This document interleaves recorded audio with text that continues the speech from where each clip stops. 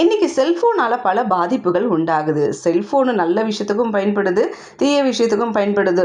உடல் அளவில் பல வியாதிகள் வர்றதுக்கும் செல்ஃபோன் ஒரு முழு முதற் காரணமாக இருக்குது. ஸோ நீண்ட நேரம் தொடர்ந்து செல்ஃபோன் பயன்படுத்தியதால் கழுத்து பகுதியில் கடுமையான நரம்பு பாதிப்பு ஏற்பட்டிருக்குன்ட்டு பிரபல மூத்த நடிகை ஷகிலா தீவிர சிகிச்சை மற்றும் அறுவை சிகிச்சைக்கு உட்படுத்தப்பட்டிருக்காங்க.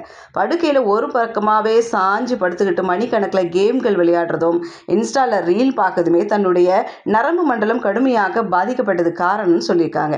இந்த சிகிச்சைகளுக்காக கடும் உடல் அளவிலான வலியை அனுபவிச்சது மட்டும் இல்லாமல் 3 லட்சம் ரூபாய் வரைக்கும் செலவு பண்ணியிருக்கேன். அதனால் பொதுமக்கள் எல்லாருமே செல்ஃபோன் பயன்பாட்டை கொஞ்சம் கொஞ்சமாக குறைச்சிக்கோங்க. குழந்தைகளுக்கு அதிக ஸ்க்ரீன் டைம் கொடுக்காதீங்க. கொஞ்சம் தள்ளி வைங்க. எச்சரிக்கையாக இருங்க. விழிப்புணர்வோடு இருங்க.